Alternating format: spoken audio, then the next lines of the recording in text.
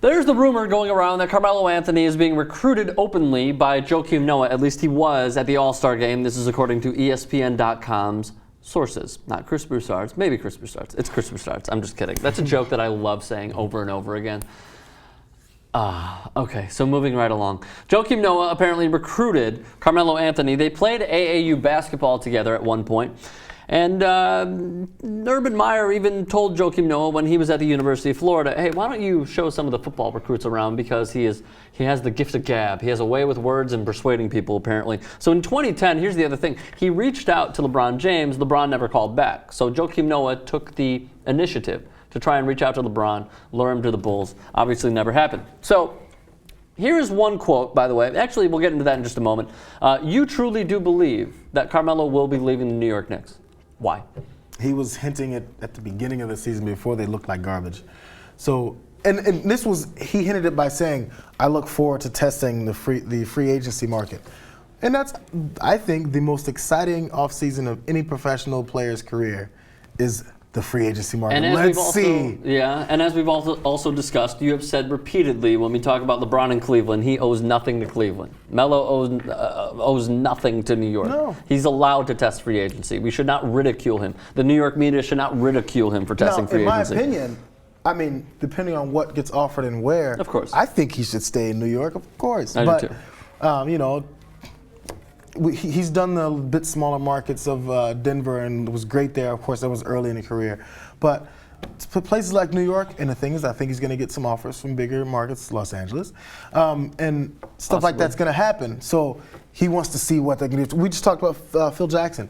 They want to know how much someone is going to kiss their ass to get them to come to their city. Totally. And okay, so we're sort of going into it. Here's the quote from Nick Friedel of ESPNChicago.com. If we can pull that up very quickly. Here's what he said, the Carmelo quote. But this is the new age NBA. Players want to be wanted. They want to feel as if they're needed. Money will almost always be most important, and winning is key, but so is marketability and having a structure in place to grow one's personal brand. Even though he kind of did that in New York already. That's why teams spend so much time and money recruiting specific free agents as if they're coming out of high school and into college again. I thought that was beautifully put by Nick Friedel. What do you think?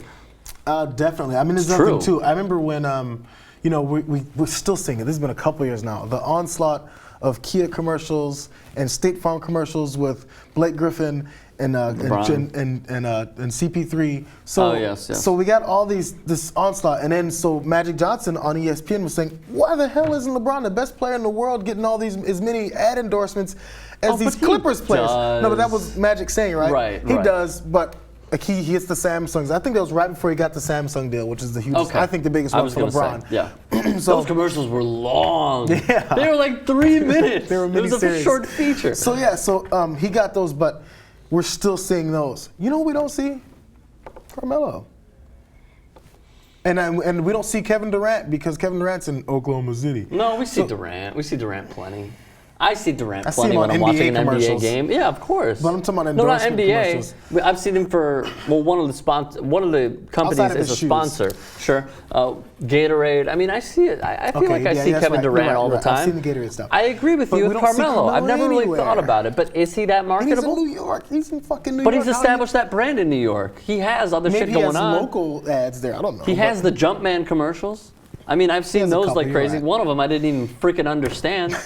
He goes to the stadium. Oh, I heard the new Jordans are in town. Oh, yeah. Really? Turns around, gets in the car, and leaves. What? Why are you leaving the stadium?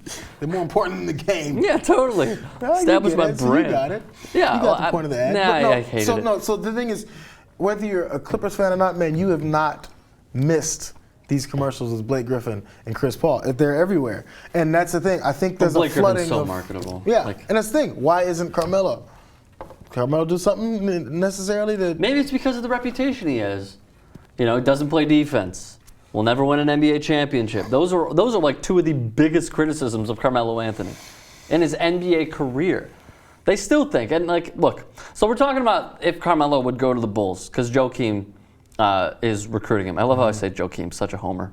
If Melo joins the Bulls, Taj Gibson, Carlos Boozer, Jimmy Butler, Mike Dunleavy, and possibly Nikola Mirotic, who is a MVP in the European League, would probably be gone if Carmelo came. So you would build the core around D. Rose, hoping he comes back healthy, Joakim Noah, and Carmelo Anthony. You need a big three these days, by the way. You do, absolutely. I don't think that big three is a winning formula because I don't believe Carmelo Anthony is a great player. When he retires, I will say, yeah, he was really, really, really, really good. He's that 0.00001 to great. He's just not there for me yet. I think he played great with Derrick Rose. If Rose is back to what he used to be. Why? Carmelo demands the ball. Like, think about the play that he has. Carmelo wants isolation. He wants the ball in the left alley, low block, and then he'll dribble out a little, and then he'll do his one-on-one moves. Mm-hmm. That's not a team-oriented game. When he gets double-teamed, he actually, I think, and I don't study Carmelo, but I feel like he gives up the ball enough that you have other great shooters around there. I mean, again, if D. Rose is back the way he was, he's a feared scorer. So, like, if he's got the ball then, and then you got Joakim, who's huge next to the rim, you got a nice little trip. And then, of course, Taj would be coming off the bench, I think. Would probably be gone if Carmelo came. That's the Gibson one. As well. Yeah, that's the hard part. Because you have three max contract guys, so you got to get rid of all the ones that are mid-level guys. And by the way, Taj is building up. He should get one sooner or later. I love Taj Gibson. Yeah. So here's my one other thing. And that's not just because I'm a homer as well. USC. Yeah. No, not really. I mean, I love Taj Gibson. That was a great pick. They picked James Johnson at 16, and then they picked Taj Gibson at 24. Great pick. And Taj Gibson was like 22 years old. Yeah. 23. He was considered old for the draft. He did 4 years. Back, yeah. So, and he was held back. Correct. Yes. I don't like it. I mean, here's the other thing. Thibodeau is a great coach. Mm-hmm. I can say that wholeheartedly, and every other player in the NBA will say that wholeheartedly. He prepares his guys so well. He doesn't give a shit if your team is trying to tank, which the Bulls tried to do this year, and they're like the number 3 seed in the East. People respect him. The question is, can he turn Carmelo into a team-oriented, defensive-minded player? When Carmelo has the body, he just doesn't have the will to be a defensive player. I think so, man. Coaches like Thibodeau and coaches like Doc Rivers, they're able to get those types of superstar minds to buy in. Yeah, Doc Rivers and Thibodeau, yeah. To buy in to an extent, of course. You know, we saw what Rivers did with Boston. Those are some, Hall of Fame guys he got to really work together. Sure. So I don't know. I mean, and we see what he's doing in LA. They never play defense. They're still trying to figure out what the hell this defense thing is that he's trying to tell them.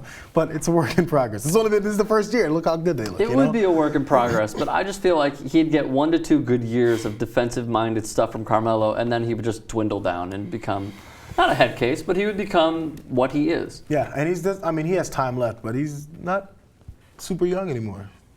Was he 28? His ways. 29? Yeah, I don't. Yeah, he did come in after 1 year, didn't he? Yeah, he did the Syracuse one and done year. That's old. That's when you're hitting your. You give a guy who's 29 a max contract deal, Jose? I don't think I do. Oh, that's too late? I think so, yeah. Unless you're LeBron. Not a guy like Carmelo. I think Carmelo gets a little bit overshadowed sometimes because his shots, his play selection looks a little hiccuped, but you look up and the dude's got 37 points. That was a great way to use hiccup.